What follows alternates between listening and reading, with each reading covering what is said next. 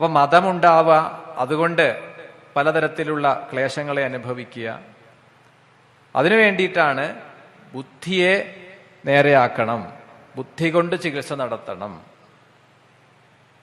അങ്ങനെ ശംഭാകൻ തൻ്റെ ആ അവസ്ഥയെ പോലും, ദാരിദ്ര്യം നിറഞ്ഞതായ അവസ്ഥയെ പോലും അദ്ദേഹം അതൊരു അനുഗ്രഹമായി കണ്ടുകൊണ്ട്, അതിനെക്കുറിച്ചൊന്നും അദ്ദേഹം പരാതിപ്പെടാതെ പറഞ്ഞ വാക്കുകൾ എന്നാണ്. അതാണ് പ്രസിദ്ധമായിട്ടുള്ള ആ ശംഭാക ഗീതയിൽ കൂടിയിട്ട് നമ്മൾ കേൾക്കുന്നത്.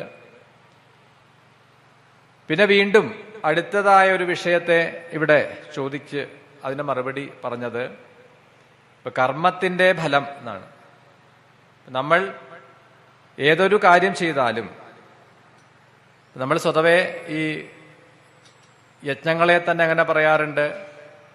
അല്ലെങ്കിൽ ദൈനംദിന ജീവിതത്തിൽ 3 വിധാനത്തിലാണ്, 3 തരത്തിലാണ് യോഗമാർഗങ്ങളെയൊക്കെ, ജ്ഞാനയോഗം, കർമ്മയോഗം, ഭക്തിയോഗം. വൈദിക സമ്പ്രദായത്തിൽ പറയും കർമ്മകാന്ഡം, ഉപാസനാകാന്ഡം, ജ്ഞാനകാന്ഡം. പുരാണങ്ങളിലും വിഷയങ്ങളെ അവതരിപ്പിച്ചിരിക്കുന്നത് ഈ 3 പിരിവുകൾക്കനുസരിച്ചിട്ടാണ്. കർമ്മത്തിനനുസരിച്ചിട്ട് ജ്ഞാനസംബന്ധിയായ വിഷയങ്ങൾ, അതുപോലെ ഭക്തി സംബന്ധിയായത് അങ്ങനെയാണ്. അപ്പൊ അതിൽ കർമ്മം എന്നാൽ ദാനം, യജ്ഞം, തപസ്, ഇതിന്റെയൊക്കെ ഫലം എന്നാണ്. ഇപ്പൊ നമ്മളുടെ ഒരു പ്രവൃത്തി, നമ്മളുടെ ഒരു കർമ്മം അത് ദുഷ്കർമ്മമാണ് എങ്കിൽ അതിന്റെ ഫലം എന്താണ്? നരക തുല്യമായിരിക്കും. അതാണ് ദുരിതമായിരിക്കും എന്ന് പറയുന്നത്.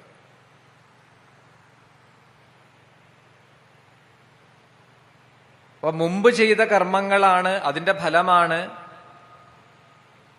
അതാത് സമയങ്ങളിൽ നമുക്ക് അനുഭവമായിട്ട്, ഫലമായിട്ട് വന്നു ചേരുന്നത്. കർമ്മഫലം നമ്മൾ സാധാരണ ധാരാളമായിട്ട് കേൾക്കുന്ന ഒരു പദമാണ്. പുരാണങ്ങളെക്കുറിച്ചൊക്കെ പറയുമ്പോഴും പലയിടത്തും നമ്മൾ കേൾക്കുന്നതാണ് ഈ കർമ്മത്തിന്റെ ഫലം എന്നാണ്.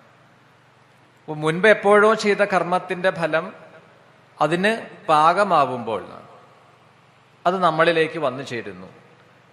ഒരു വൃക്ഷം അതിൽ പൂവുണ്ടാവേണ്ട സമയത്ത് പൂക്കും, അങ്ങനെയാണല്ലോ.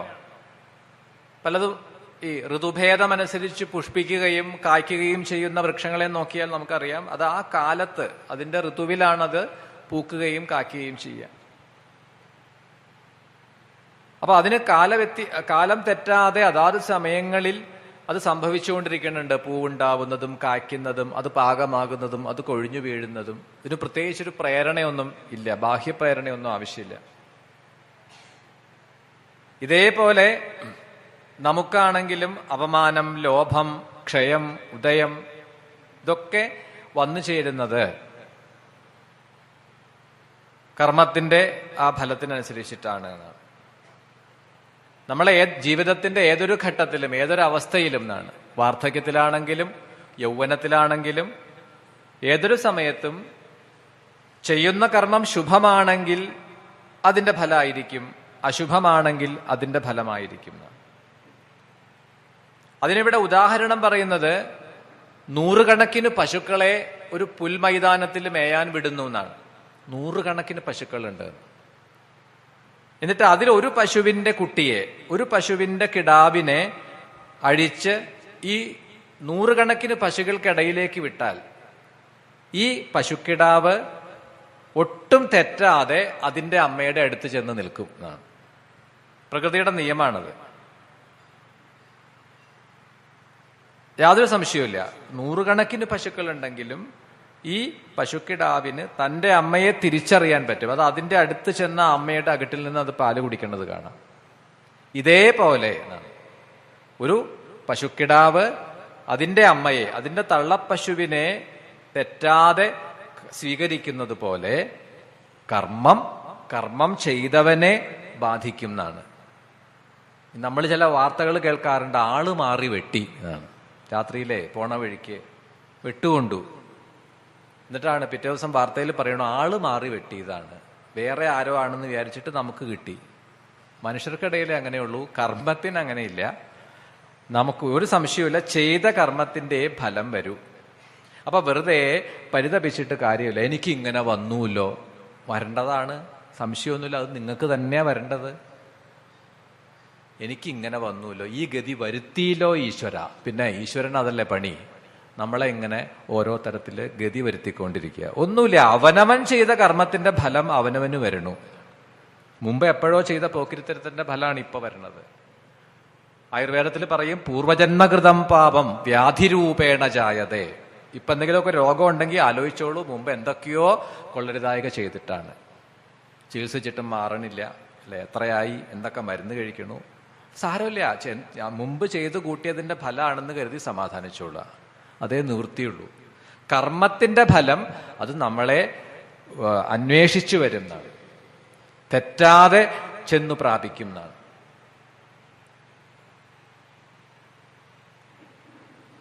വളരെ കാലം തപസ് ചെയ്യുക, ധർമ്മകാര്യങ്ങളിൽ പ്രവർത്തിക്കുക, അതൊക്കെ അതിൻ്റെയൊക്കെ ഫലം ക്രമേണ നമുക്ക് ശ്രേയസ്സായിട്ട് വന്നു ചേരും.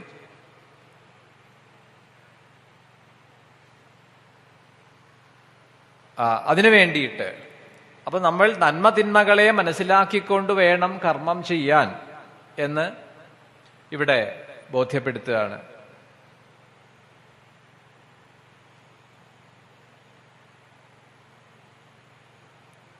ഇത്തരത്തിൽ ആ സംവാദങ്ങളെ ഉദാഹരിച്ചുകൊണ്ട് വളരെ വിസ്തരിച്ചിട്ടാണ് നമ്മൾ അതിലും ഏതാനും ചില പ്രസക്ത ഭാഗങ്ങളെ മാത്രം പറഞ്ഞുകൊണ്ട് കടന്നു പോവുകയാണ്.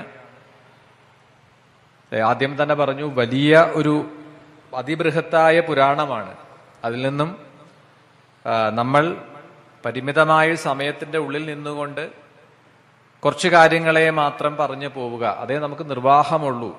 അതുകൊണ്ടാണ് ചുരുക്കുന്നത്.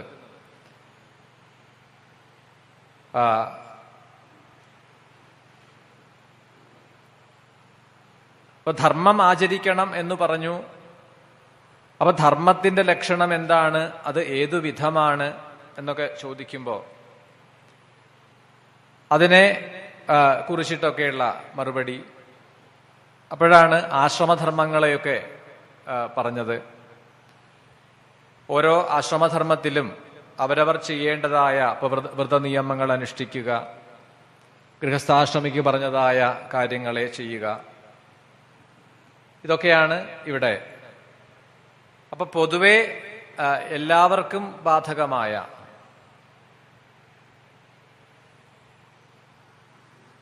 വഞ്ചിക്കാതിരിക്കുക, ചതിക്കാതിരിക്കുക, കളവ് പറയാതിരിക്കുക, കുറ്റപ്പെടുത്താതിരിക്കുക, കുറ്റം പറയാതിരിക്കുക, പരദൂഷണം ചെയ്യാതിരിക്കുക, പരദ്രോഹം ചെയ്യാതിരിക്കുക, ഏഷണി കൂട്ടാതിരിക്കുക, വേറെ രണ്ടു പേരെ തമ്മിൽ തല്ലിക്കാതിരിക്കുക, ഏഷണി കൂട്ടാതിരിക്കുക,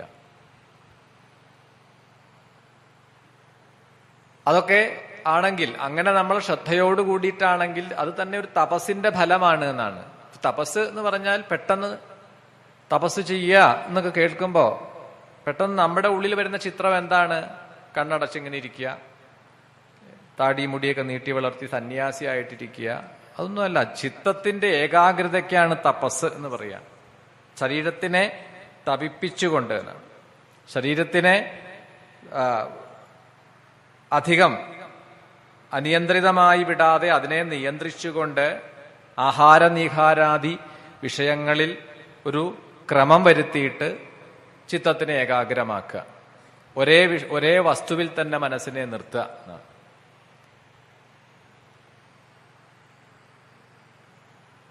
അപ്പൊ ഇത്തരത്തിൽ പല ആചാരങ്ങളെക്കുറിച്ചും ആചാരവിധികളെക്കുറിച്ചും ചോദിച്ചപ്പോൾ അതിനെക്കുറിച്ചും ഇവിടെ പറയുകയാണ്.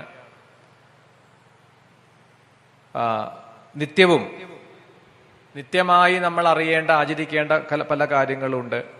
സൂര്യ ഉപാസന നമ്മളെ സംബന്ധിച്ചിടത്തോളം നമുക്ക് ദൃഷ്ടിഗോചരമായ ഒരു ദേവതാ സങ്കല്പം, അതിലെ ഏറ്റവും പ്രഥമ സ്ഥാനം വരുന്നത് സൂര്യനാണ്. ആദിത്യ ഉപാസന, സൂര്യ നമസ്കാരം, സൂര്യ ഉദയം, സൂര്യാസ്തമയം, ഇതൊക്കെ കണക്കാക്കിയിട്ടാണ് നമ്മൾ ദിനമാനം ചെയ്യുന്നത്. ഈ യജ്ഞങ്ങൾക്കൊക്കെ എന്റെ നിയമം അതാണ്. പുരാണ യജ്ഞങ്ങളുടെ നിയമം എന്താണ്? ഉദയം മുതൽ അസ്തമയം വരെ, രാത്രിയിലൊന്നും പാടില്ല എന്നാണ്. ഉദയം മുതൽ അസ്തമയം വരെ പാടുള്ളൂ.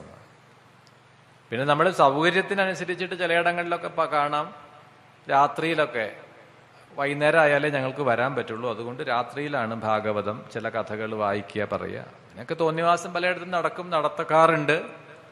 അതിപ്പോൾ എന്താ ചെയ്യുക? നമുക്ക് ഇതിൻ്റെ നിയമങ്ങളൊന്നും നമുക്ക് ബാധകമല്ല. ഇത് ജ്ഞാനയജ്ഞമാണ്, ഇത് എന്തിനു വേണ്ടിയിട്ടാണ് പറയണത്, അതിൻ്റെ ഉദ്ദേശം എന്താണ്, അതിനെക്കുറിച്ച് ധാരണയില്ലാതെ ചെയ്യുമ്പോൾ അങ്ങനെയൊക്കെ അബദ്ധം പറ്റും.